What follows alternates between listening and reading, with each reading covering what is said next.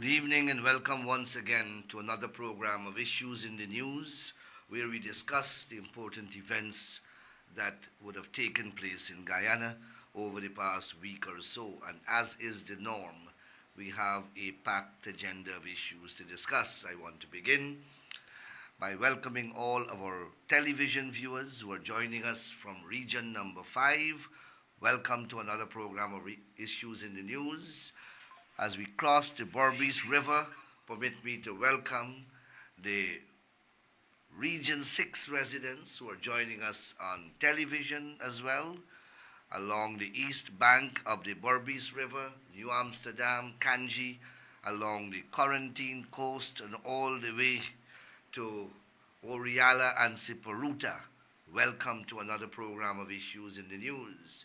To our listeners and viewers who are joining us from Freedom Radio, Rob Street, Georgetown, welcome to another program of Issues in the News. And last but not least, to the thousands of you who are joining us on Facebook Live across the length and breadth of Guyana, the Caribbean, North America, Europe, Asia, Australia, and as far as the Middle East.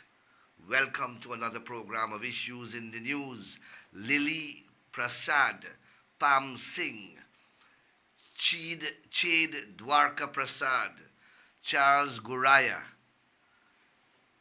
Gobind, Sunilal Batulal, Sonia Mohammed, and so many of you who are already on the Facebook Live. Please press the share button on your phone. Share the live so that all your friends and all your followers can join us in tonight's discussion, and also use the comment section to share your views with us, ask me questions, express yourself. We want this forum to be engaging and interactive. I don't want it to be a monologue. I don't want it to be a one-way street in terms of conversation and engagement. I want to engage as wide and far, and that is why I'm asking you to share the program, ensure that those who are on your page and on your profile, they also join us in tonight's discussion, and use the comment section to share with us your views, and you are free to pose questions that you may have and issues that you would like me to address. I urge that you be respectful on this program. You don't use abusive or insulting language. Neither do you excite racial hostilities or express terms of racism. I will delete your comment and I will block you from this page if anyone is found doing that. So, we have a lot of things to discuss.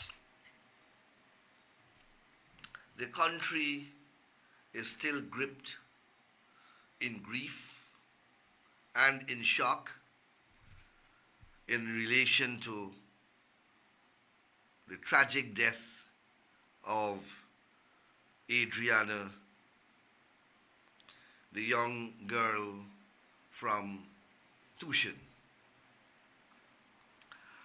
The family has appealed for calm and peace. The family has appealed for respect.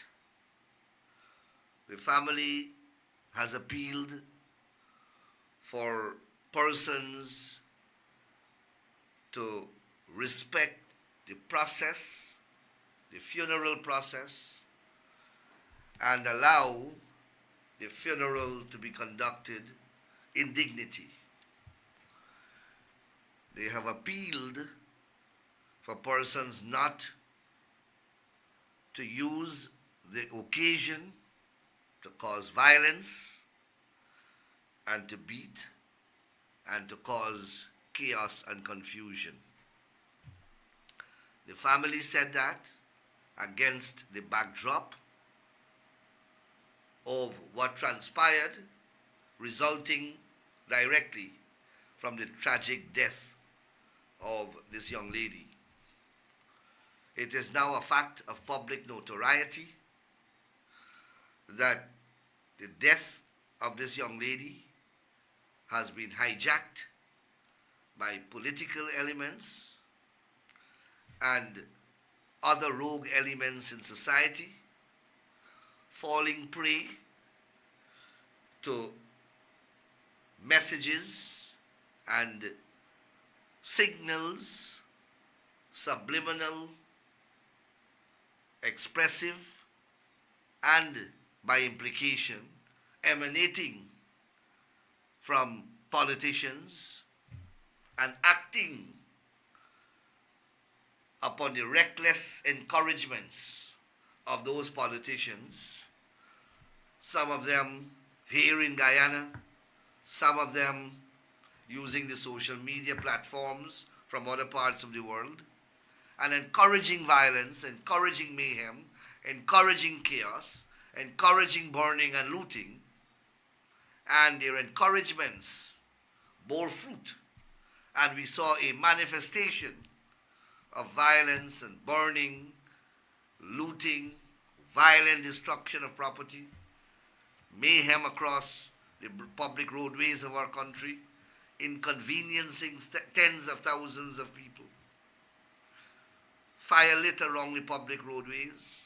People were assaulted, people were beaten, private and public properties destroyed. All of that we experienced. None of which can do any good for either the family of Adriana Young or her memory or legacy. The persons who perpetrated these acts of terror, I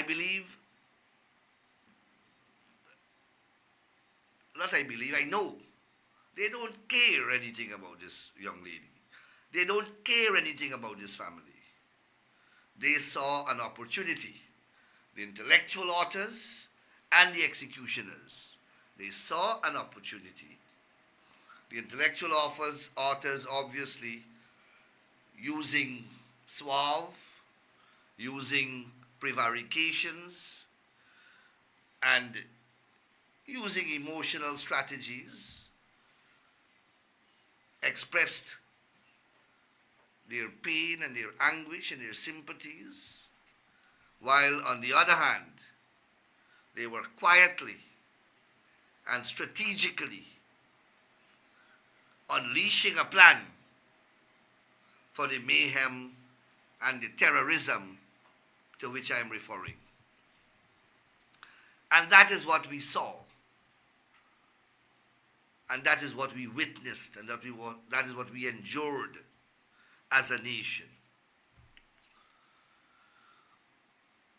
You know, and I don't want to spend valuable time on the program to cover matters that have already been covered. You know that there was a postmortem. You know that 3 pathologists of international standing attended that examination. You know that one of them was directly chosen by relatives of the family. You know that a medical doctor representing the interest of the family was present at the postmortem examination. You know that a lawyer representing the family was at the postmortem examination. You know that the postmortem was thorough and comprehensive because those descriptions came from both the doctors, the doctor of the family, and the lawyer from the family, or of the family. The family themselves spoke on the matter. You know what the findings of the postmortem are or were. It is that the person, young Adriana Young, died of drowning. The government has committed to a professional and comprehensive investigation. One leg, an important leg of it, has been completed. We have determined, or the qualified persons have determined what the cause of death is, or was. But there is another aspect of the investigation that must continue to find out now the manner of the death. Nobody disputing that. That has to be investigated thoroughly and objectively and professionally, and the government is committed to that. But in the meanwhile, the politicians who are intellectually bankrupt, who do not have a track record of achievements, who are facing certain electoral defeat because they can't sensibly respond to the government's accomplishments. They have none of their own to which they can refer. They don't even have a plan that is alternative to the government for the development of the country. And therefore, against that state of political bankruptcy, this opportunity, unfortunately for the rest of the country, but fortunately for them, presents them with a platform. And they have exploited it to the hilt. And that is my analysis of what has unfolded. And it continues to unfold. So the funeral was planned for Monday, we were told. It was a national holiday, and we were informed that the funeral will take place on that day. Unfortunately, the nation was informed that the funeral is going to be postponed.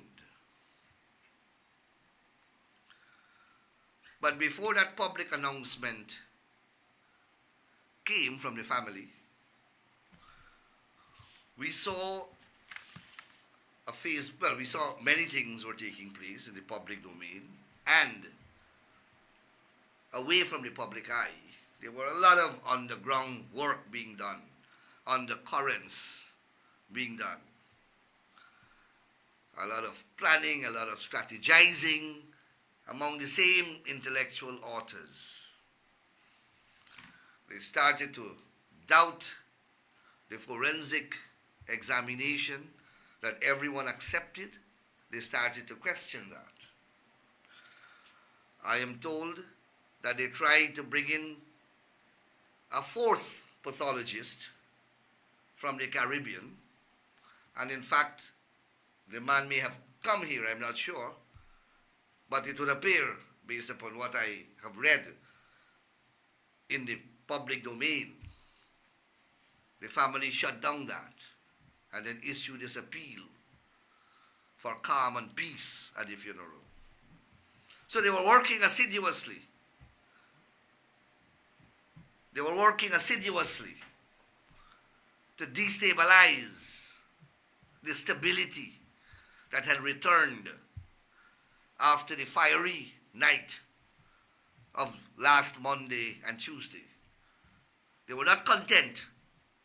So I'm going to deal with different facets of it. So they jumped on the bandwagon that a forensic examination now, done by 3 internationally acclaimed and respected and highly decorated pathologists, 2 from the United States and 1 from India but resident in the Caribbean. Nobody can question these people's qualifications. One of them invited by the doctor, by the family, and who are very thorough. Doctor, family lawyer were high in praises of these people. But they couldn't allow that because that did not meet their expectations. The death by drowning doesn't suit their political narrative. That will not allow them to cause the chaos that they want to cause. It will not give them the platform to continue to unleash the violence. One of them in the United States calling the violence, the fire that is burning the roads as torches of freedom. One of them also, the same one, calling those people, the marauding gangs, freedom fighters. That they were fighting for freedom.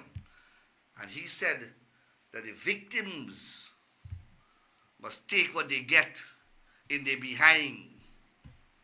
He has no sympathy with them. He stands firmly with the criminals. He stands firmly with the scrapes. That's his position. His position was reflected by another grouping who held a press conference on the 1st of May, I think, somewhere in the vicinity of Tushin. Number of political leaders there, and they spoke, and they took the side. You had two sides to take. You had a side. You could have either taken the side of law and order and condemned what has happened, or you take a side with lawlessness, take the side of those who perpetrated it. And they chose that side, and that's widely reported. So you had all of these undercurrents going on. So the attempts of getting a fourth postmortem, apparently that failed. I believe the family rejected it. But they didn't give up. They continued to persevere, working in the background, confusing people. Then they, Nigel Hughes then posted at 7 o'clock, close to 7 o'clock on his page, Sunday evening. The funeral is scheduled to take place Monday. At 7 o'clock in the evening, about that time, he posted a long epistle on his Facebook page. Obviously, in the normal course of things, extending sympathies and evoking the relevant emotions and so on. All the appropriate trappings were contained in this epistle published on his page. And then he says this: it has come to our attention that there are plans by certain individuals and organizations to disrupt the funeral proceedings and instigate violence with the intent of blaming innocent mourners. That is on his page. Of course, he says, such actions are unacceptable and will not be tolerated. And then he calls on all Guyanese to reject any attempts to exploit this solemn occasion for chaos or political gain. Tell you all the right languages are there. All the right expression is there. The right tone is there. But the incendiary parts are also inserted. And then he lists a number of measures to tell you what you must do when this funeral is perpetrated by the criminal elements that he says he has information about. It has come to our attention that there are plans, so he has information that there are plans by certain individuals and organizations. When I saw this, I was at a community meeting at Chateau Margaux on the east coast of Demerara with the vice president. And immediately I responded. And I urge Mr. Hughes, if this is the information you have, please make it available to the Guyana Police Force. Because having regard to what has happened, in relation to this very death. What Mr. Hughes is confessing he has information about, and the type of information that he professes to be in possession of, are not matters that a citizen by law can keep in their bosom, because these are matters now of national security. Because based upon immediate antecedents, going back just 2 and 3 days prior, or a couple days prior, arising out of this same incident, hundreds of properties have been destroyed. Thousands of Guyanese have been discommoded. Millions and millions of dollars of public properties have been destroyed. Dozens of Guyanese have been beaten and robbed. Dozens or if not hundreds of private properties have been burnt and looted and robbed. So this is a matter of national security. No individual, whatever individual right to privacy of information that one may possess, would now, in this situation, must become subservient to the public interest, because national security is at stake. And it is against that backdrop that I made the call for Mr. Hughes to put forward information to the police force. The police made contact with Mr. Hughes also, because a lot of people shared the post and shared my comments. And the police made contact with Mr. Hughes. And you know what Mr. Hughes said? To the shock of many, Mr. Hughes said that whistleblower legislation is not in place, and therefore he cannot disclose the source of his information. Can you imagine that a man has information, a citizen has information of a national security nature, information that can preserve peace and public order, information that can prevent public disorder, and that citizen prefers to protect the source of that information rather than the public good. He prefers to protect that source than the lives of thousands of Guyanese who can be threatened or can be put in jeopardy if that information is not properly actioned. It can help to arrest those who are not only the intellectual authors of that design that caused the untold damage that I'm speaking about a few days prior, but can prevent the same or worse from reoccurring. And Mr. Hughes, when that choice was presented to him, chose his sources rather than acting in the public's interest. Now that matter is compounded manyfold when you take into account that this gentleman wants to be the president of this country, and he is the leader of a political party that is represented in the Parliament of Guyana. I will, as I said, do a separate program on this gentleman.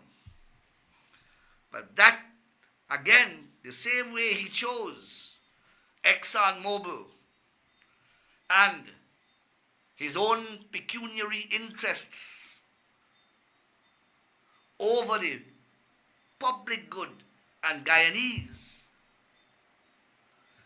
in relation to oil and gas, again, he decides to choose the side of some source that he thinks he must protect as a matter of priority over and above the tens of thousands of Guyanese whose lives can possibly be in jeopardy. I'm speaking slowly so that you are able to digest what I'm speaking about, because I have a lot of ground to cover in this one program, and I'll come back to these issues to amplify them on later programs.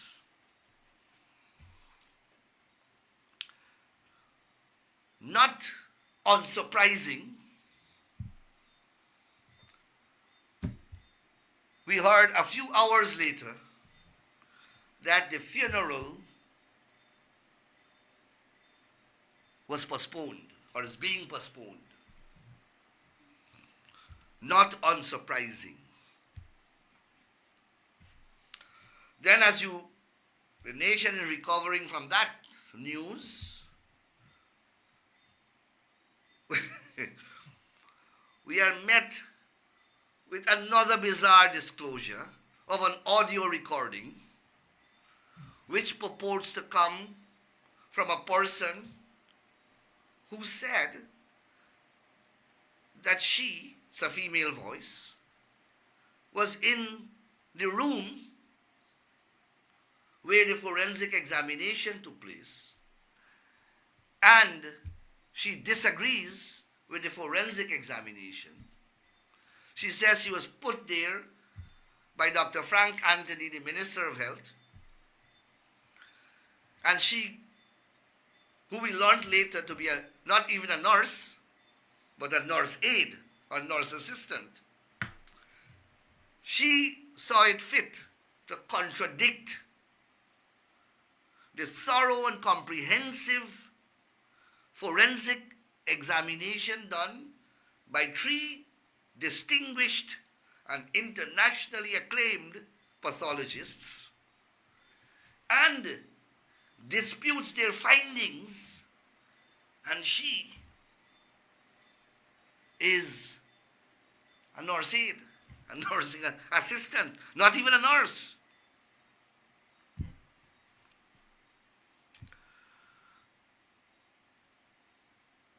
The minister obviously denied any knowledge. The minister doesn't even know her. And he said that publicly. Obviously, he didn't put anybody there. Fortunately, and the police issued a statement in which the police said, and you know, all of you know, that the entire process was videotaped. And the police said that they reviewed the video.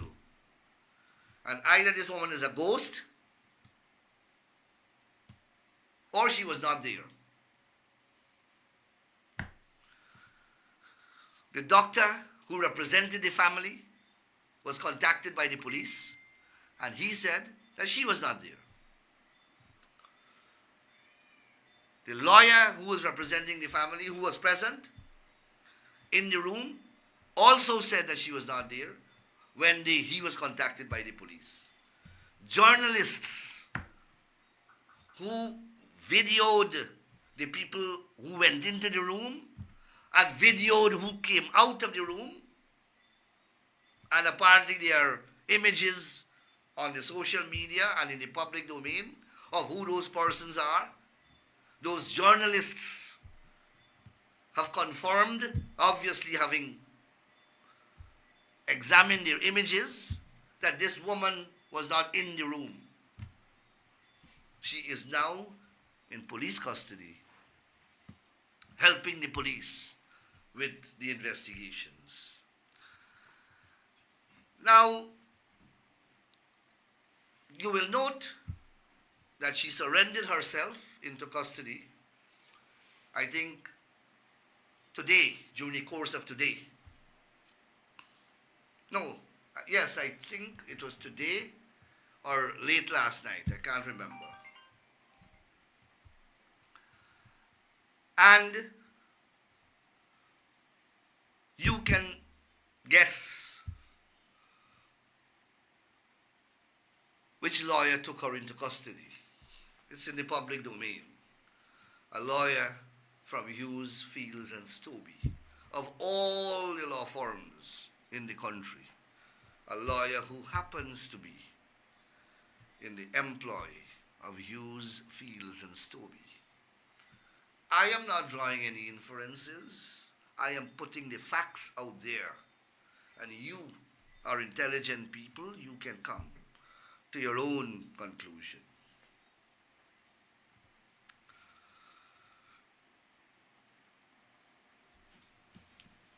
But let me revisit Mr. Hughes quickly before I conclude on that issue. Because, you know, like how the nurse assistant wants to challenge or has challenged three eminent pathologists, they got a couple of persons who I am not, I don't like to disrespect people, and as a matter of policy, I don't. I try to be as kind as, you know, as I possibly can to everyone. But I got a couple of people who would come on my page and want to argue law with me. I don't think that they're lawyers, because if they are, I don't know that they're lawyers. I don't know them. But they want to argue law with me. Now, I don't pretend to be in the category of those revered pathologists who came from different parts of the world. I don't pretend at all to be in that esteemed standing. But I know a little law. I know a little law. And these guys want to come and argue law with me. What duty does Nigel Hughes has to disclose this information to the police in law? Well, I've outlined to you the moral and political duty that I just explained to you. And the law is based upon morality, and it's based upon the public good. The law doesn't exist for no other reason but to maintain that which is good, that which is moral, that which is what we understand to be. That's what the law is about. So you won't find the law regularly conflicting with a position that is right. So you have a common law duty. Every citizen has a common law duty, meaning long before you start to pass legislation, you had a common law duty to assist the police in their investigations. You have a common law duty to report a crime when you see one. And there are many provisions in our criminal law statutes that compel you to make information available to the police that you may have in your possession if it relates to criminal conduct, to report a crime also when you see one or when you are aware of one. And the Constitution, our supreme law, Article 32, says, and let me quote it for you, it is the joint duty of the state, the society, and every citizen to combat and prevent crime and other violations of the law, and to take care of and protect public property. You can go and read the article for yourself, Article 32 of the Constitution. It imposes a duty on the state, the society, and every citizen to combat and prevent crime and other violations of the law, and to take care of and protect public property. What is likely to happen, or what was likely to happen, if there was an infiltration of the funeral, as Mr. Hughes claims he had information in respect of, right? Instigate violence, meaning crimes would have been committed. Instigating violence, it means crimes would have been committed. It means there would have been damage to property. That is what the Constitution says. When you have that, you have a duty to combat that, to prevent that from happening. But Mr. Hughes, rather than comply with this constitutional prescription, and the Constitution, it is the duty, the joint duty. You don't have a discretion in the matter. It is your duty. Rather than discharge the constitutional duty imposed, Mr. Hughes chooses to protect some nebulous source. But as I said, we'll delve into that another time. I am running out of time because there's so much issues that I want to deal with. Now, a lot of persons have raised issues, well, not raised issues, but not a lot of persons, a few persons, and they are all aligned one political way. They have a problem with the charge of terrorism. They have a problem with the charge of terrorism. Well, if you stand on the side of the scrapes, if you stand on the side of the thugs, and you say that you will embrace the thugs and the scrapes, if you say that that is your position, then you must oppose the charge of terrorism. When we sought to strengthen our electoral laws, to prevent what happened in 2020 from reoccurring this coming elections, who opposed us? Not you, who not in the business of rigging and stealing elections. Those who are democratic and who would want democracy to prevail and want orderly and free and transparent elections to take place will not be opposed to measures that are designed to strengthen the electoral process and make it more transparent. No. It's only the electoral miscreants, only the electoral bandits would have a problem. So the opposition were in opposition to the election amendments. Well, again, look, and you point out to me one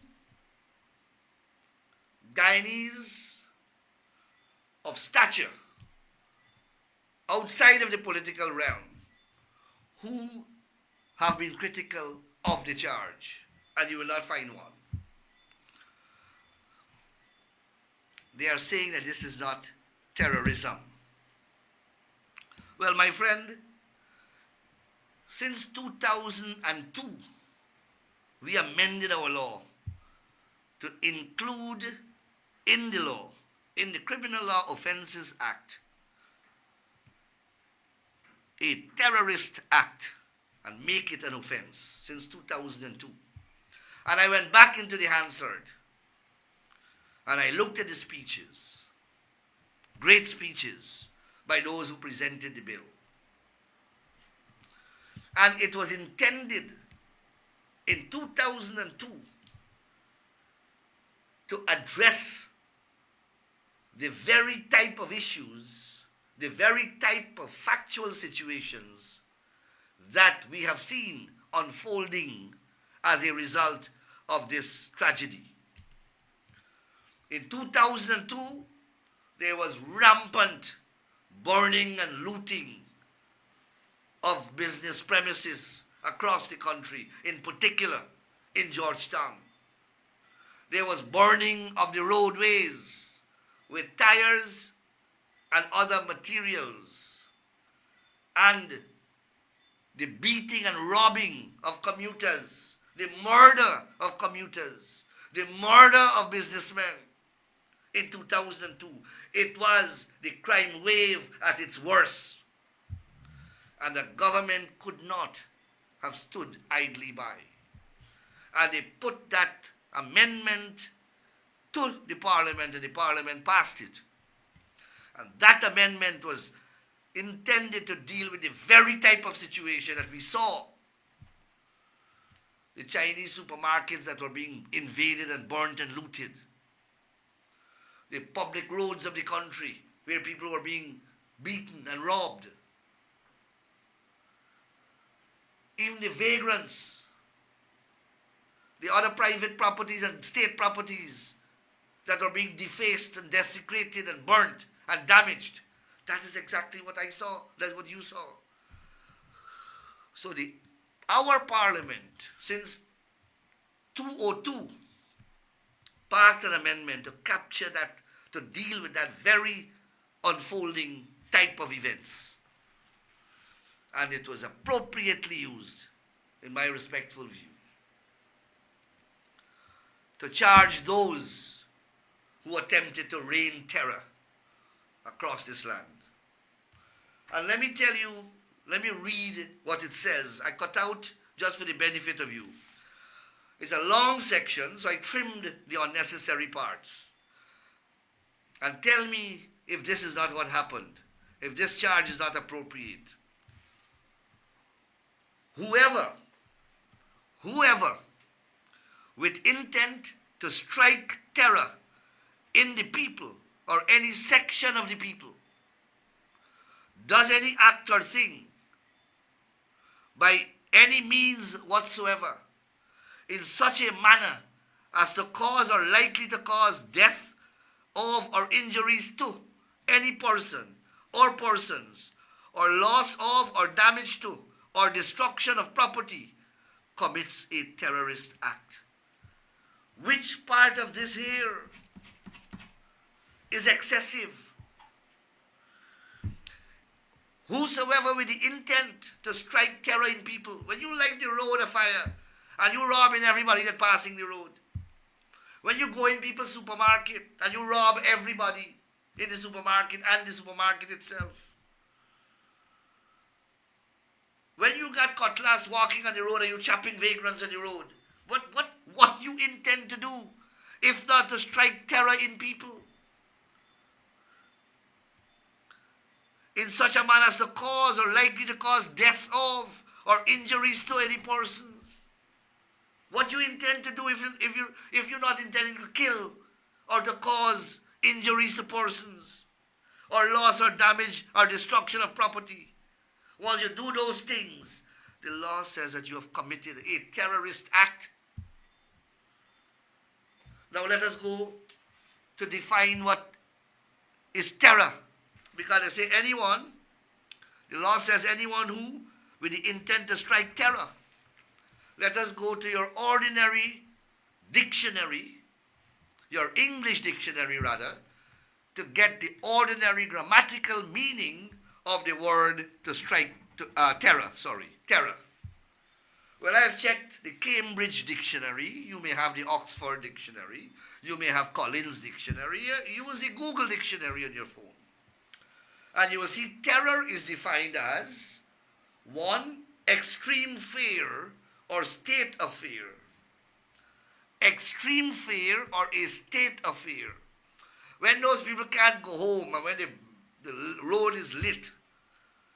When acid is being thrown at school children. When people's private property is invaded and set afire. Is there not extreme fear? Or a state of fear? That is definition number 1.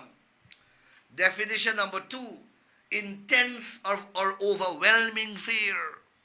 Intense or overwhelming fear.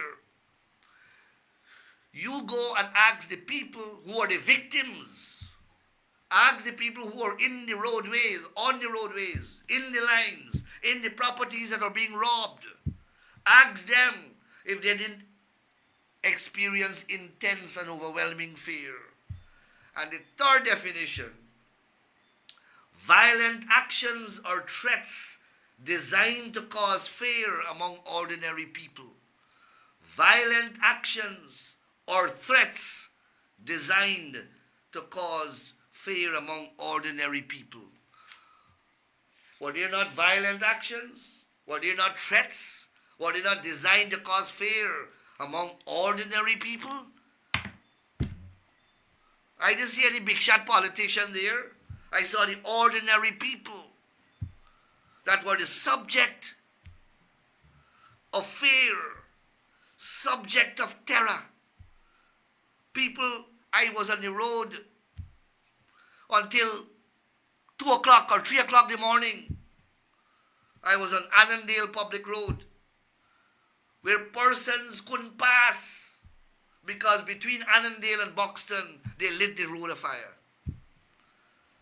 Persons couldn't pass. They had to come back to Georgetown and sleep at different places along the East Coast. You think those people were not fearful when they drove up there and they saw marauding gangs with cutlass in their hands? They had face masks. They had face masks. And that is not fear. That is not terror. So I say to those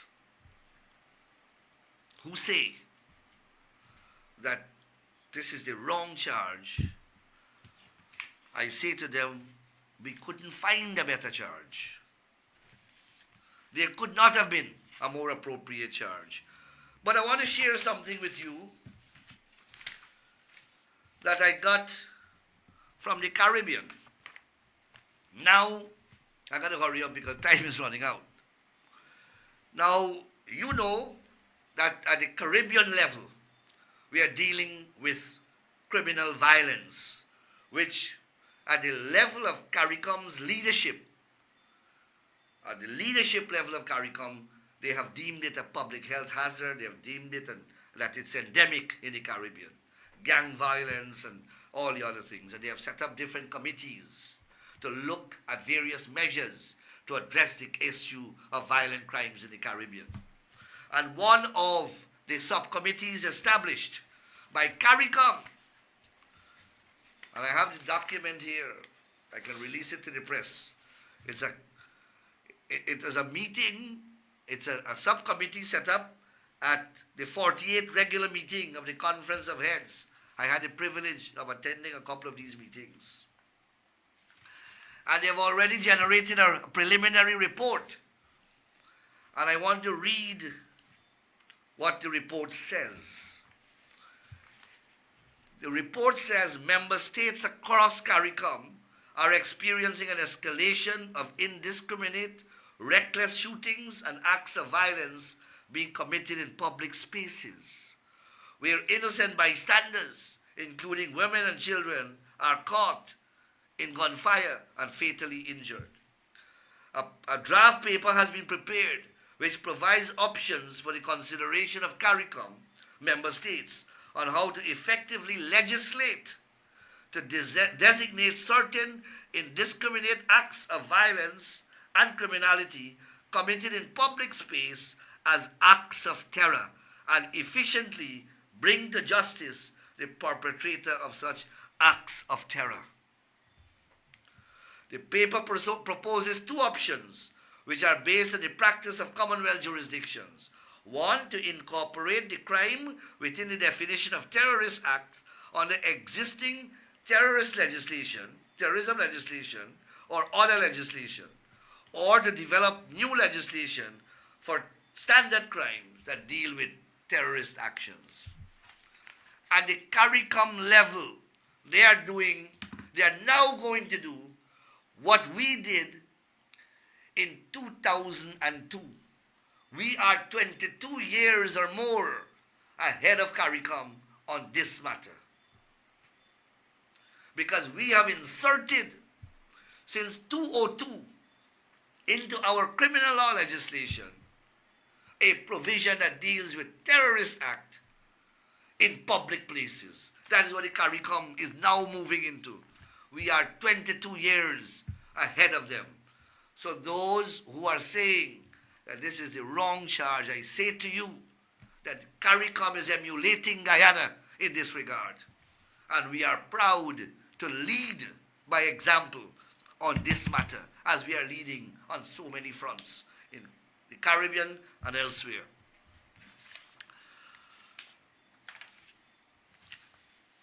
I want to deal quickly with a press release that was drawn to my attention quite recently. I mean, just like an hour before. And I want to clarify a couple of things. The press release comes from the PNC. And it accuses a sitting magistrate somewhere in West Coast, Berbice, of being under the political control of the People's Progressive Party. It says that the statement says that the magistrate released somebody who was appearing, and the statement says that the person is a known PPP activist, and that the magistrate was instructed by Sonia Parag, our local government minister, the magistrate was instructed by Sonia Parag to release the person. I want to make a couple things clear quickly. Sonia Parag has issued a statement already denying that she knows anything about this incident. Secondly, and this is the important point I want to make, the judiciary will deal with the attack on the administration of justice by the PNC. The judiciary will deal with that because this is a direct attack on the administration of justice. Sonia Parag has been advised to consult her lawyers, and she will take private actions against the PNC for tarnishing her character and accusing her of interfering and obstructing justice.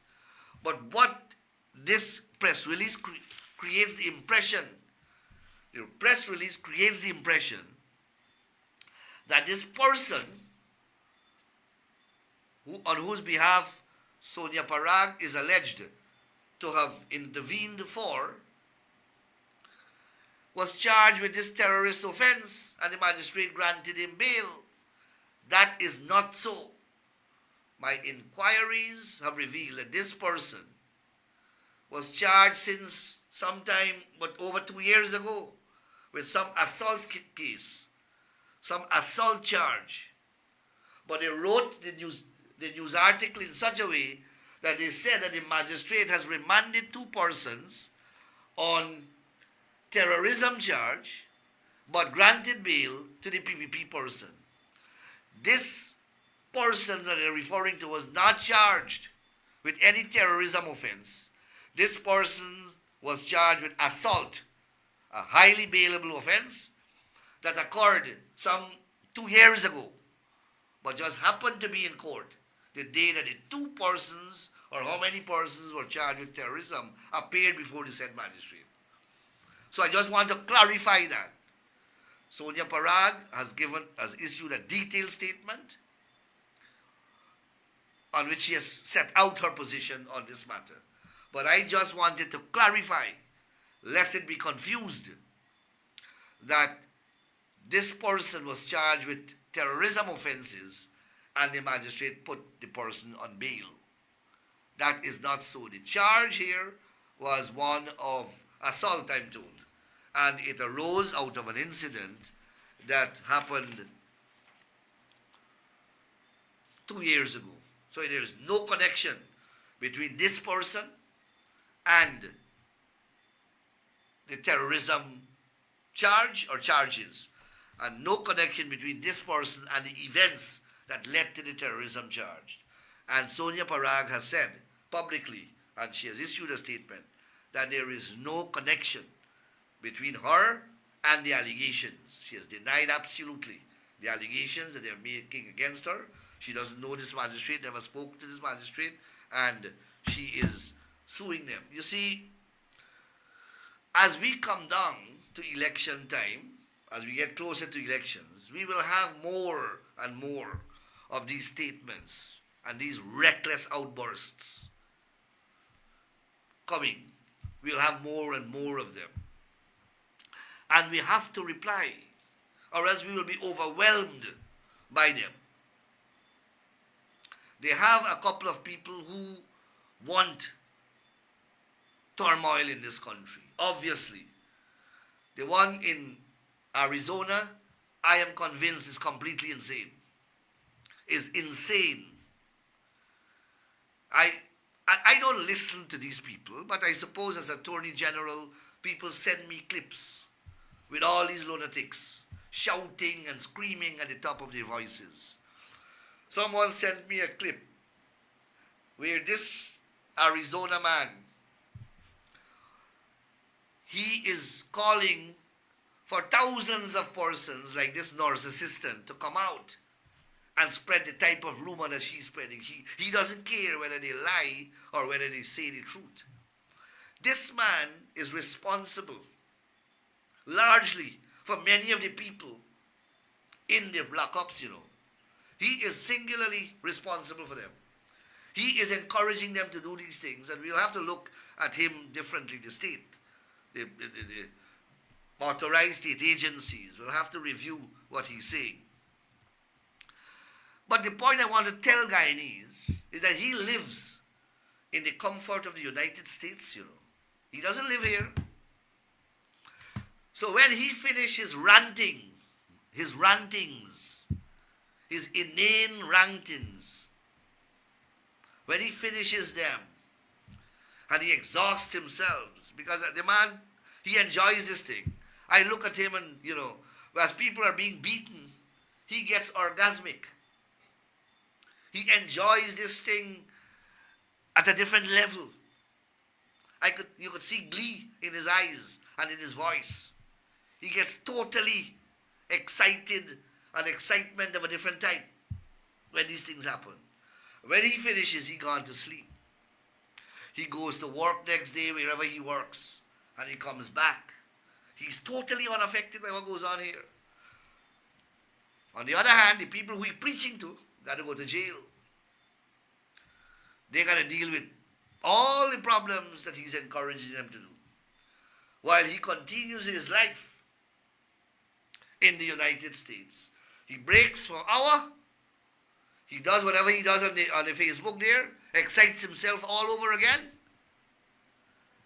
and then he gone to sleep again, and those who are listening to him are left in turmoil. They are in the jail, they are in the lockups, their parents in problems, and so on. So it's a matter for you if you want to continue listening to these people. I have already, a long time now, and those who know me personally have asked about this gentleman, and I said the man is insane. The man is mad. There is no doubt in my mind about that. So I have finished the hour, and my operator is signaling to me that I have now passed program time. I want to thank you very much. I think we have had a very wholesome and thorough program. I have dealt with many important issues that I would have liked to deal with. I think that I've completed my task, and I hope that I provided you with